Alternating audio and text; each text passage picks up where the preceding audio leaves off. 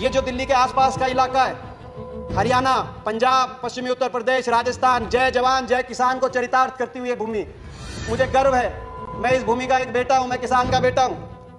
ये भूमि, ये वही भूमि है। मैं केवल हरियाणा की बात करूं, हर 10वां सैनिक फौज का आज भी हरियाणा से, 20% हमारे खाद्य भंडार, आज हरियाणा के किसान मेहनत करके 20% खाद्य भंडार काम करता है। देश के लिए 40% मेडल, चाहे ओलंपिक हो, कॉमनवेल्थ हो, एशियाई खेलों में हरियाणा के खिलाड़ी लाने का काम करते हैं।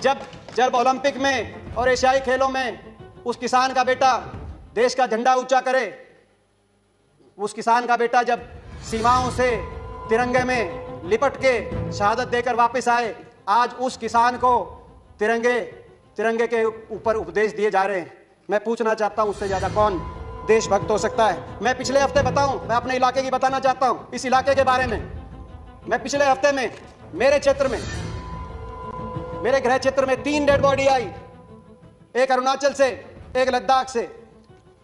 सिवाना गांव बेरी के अंदर बीएसएफ के जवान शहीद सचिन, गांव जुड़ी कोसली के अंदर शहीद दीपक कुमार यादव, और खरखड़ा गांव के अंदर शहीद कैप्टन जगतार सिंह। 3 बॉडीज वापस आई, 3 बॉडीज देश की सीमाओं से वापस आई, शहादत दिए। और 1 दर्जन किसानों की, उनके परिवारजनों की, परिजनों की डेड बॉडी दिल्ली की सीमाओं से उन्हीं गांव में वापस गई। मगर दुर्भाग्य यह है उसी जवान को, उस जवान और उस किसान को आमने सामने खड़ा कर दिया गया है। उनके बीच में कंक्रीट की दीवार और कीलें लगा दी गई हैं। मैं कहना चाहता हूं सरकार से, दिल्ली की सीमा पर लगी हुई ये कीलें लोकतांत्रिक मूल्यों के ताबूत में सियासत की कीलों के रूप में आपने लगाई।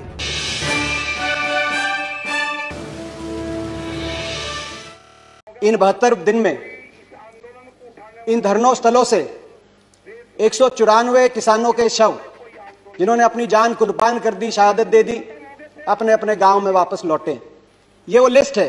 कोई पूछ रहा था कि कौन है, गांव का नाम है, परिवार का नाम है, उनका कौन सा भाई चीन की सेना पे तैनात है, कौन सा भाई पाकिस्तान की सेना पे तैनात है, उनके नाम मैं रखना चाहता हूं।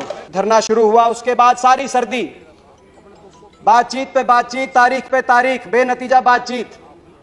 और आखिरी दौर में भी जब 11वां राउंड हुआ तो सरकार ने बातचीत एक तरफा अपनी तरफ से बंद करी और अपमानित करके 5 घंटे तक बैठे रहे सारे किसान।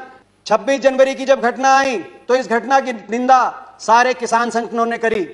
उन्होंने सबने अपने आप को इस घटना से अलग कर दिया और कहा जो दोषी हैं उच्च स्तरीय निष्पक्ष जांच हो, उनकी बात पे यकीन किया जाना चाहिए।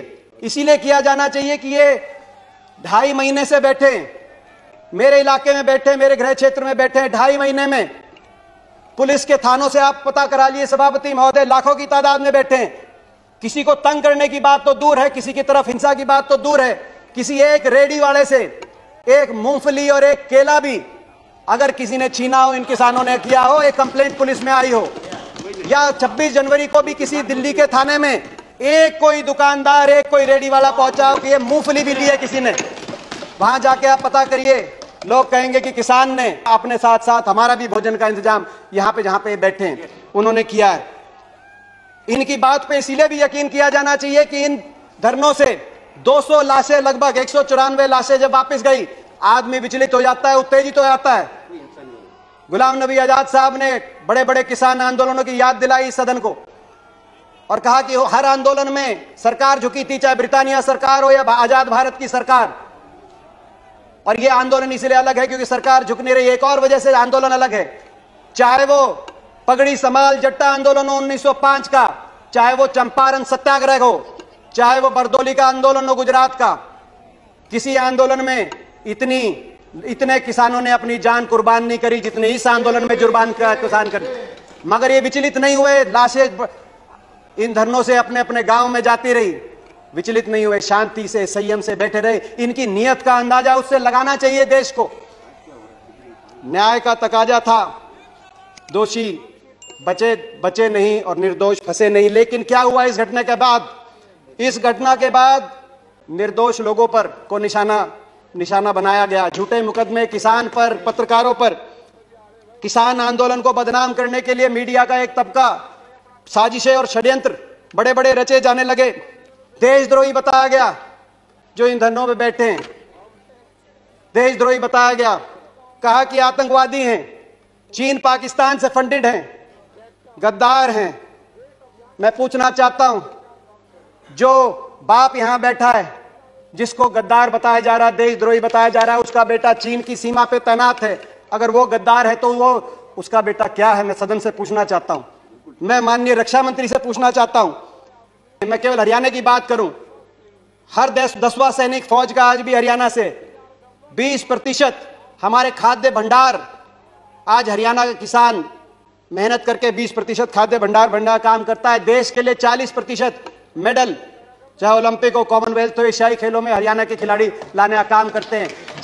जब ओलंपिक में और एशियाई खेलों में उस किसान का बेटा देश का झंडा ऊंचा करे, उस किसान का बेटा जब सीमाओं से तिरंगे में लिपट के शहादत देकर वापस आए, आज उस किसान को तिरंगे के ऊपर उपदेश दिए जा रहे हैं। मैं पूछना चाहता हूं, उससे ज्यादा कौन देशभक्त हो सकता है? मैं पिछले हफ्ते में मेरे क्षेत्र में, मेरे गृह क्षेत्र में 3 डेड बॉडी आई, एक अरुणाचल से, एक लद्दाख से।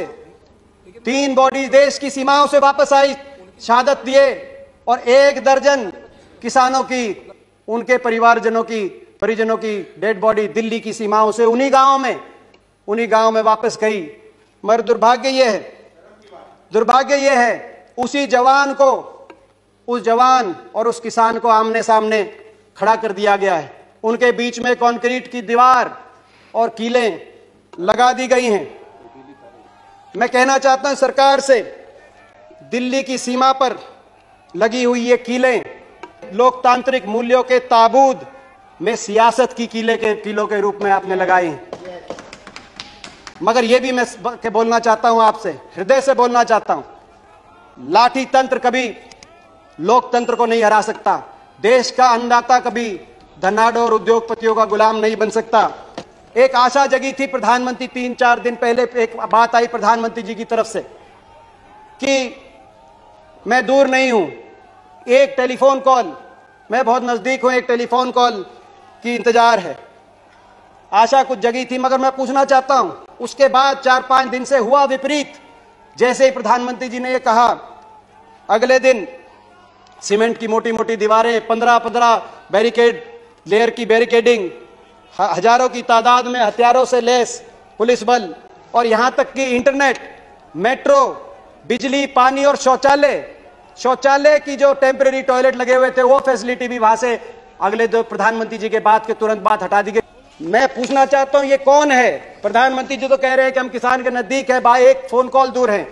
मैं पूछना चाहता हूं कौन है जो मगर प्रधानमंत्री जी और किसान के बीच में ये दूरियां पैदा कर रहा है पिछले 3-4 दिन में? ये किसान देश की राजगद्दी पे कब्जा करने नहीं आए, एमएसपी को बचाने की और उसको मजबूत करने की लड़ाई किसान लड़ रहा है। वही एमएसपी जो संविधान सभा में 1948 में सबसे पहले मेरे स्वर्गीय दादाजी चौधरी रणबीर सिंह जी ने जिसकी मांग करी थी कि किसान को न्यूनतम समर्थन मूल्य उसकी फसल पे देना पड़ेगा, किसान को बचाना है, तो उस एपीएमसी और उस मंडी व्यवस्था को बचाने के लिए किसान लड़ रहा है। जो चौधरी छोटू राम ने 1938 में ज्वाइंट पंजाब, पेशावर से पंजाब तक, पेशावर से पलवल तक जब एक राज्य था, उस समय जब मंडी व्यवस्था बनी थी, उस मंडी व्यवस्था को मजबूत करने के लिए किसान लड़ाई लड़ रहा है। उस उपभोक्ता को बचाने के भी लिए लड़ाई लड़ रहा है जो असीमित भंडारण, जमाखोरी की छूट के बाद तो जो मुनाफाखोरी होगी, उससे उपभोक्ता को भी बचाना है। उस उपभोक्ता के लिए भी किसान लड़ाई लड़ रहा है। सदन के माध्यम से इस सरकार से एक किसान के बेटे होने के नाते हाथ जोड़ के मैं कहना चाहता हूं, स्थिति की गंभीरता समझें। अपनी प्रजा की बात मानने से कोई शासक छोटा नहीं होता, अपनी प्रजा की बात मानने से कोई सरकार, किसी सरकार की हार नहीं होती। मैं सरकार को कहना चाहता हूं, किसानों की बात माने हाथ जोड़कर, और आत्ममंथन भी करे सरकार। यह आत्ममंथन का भी समय सरकार का।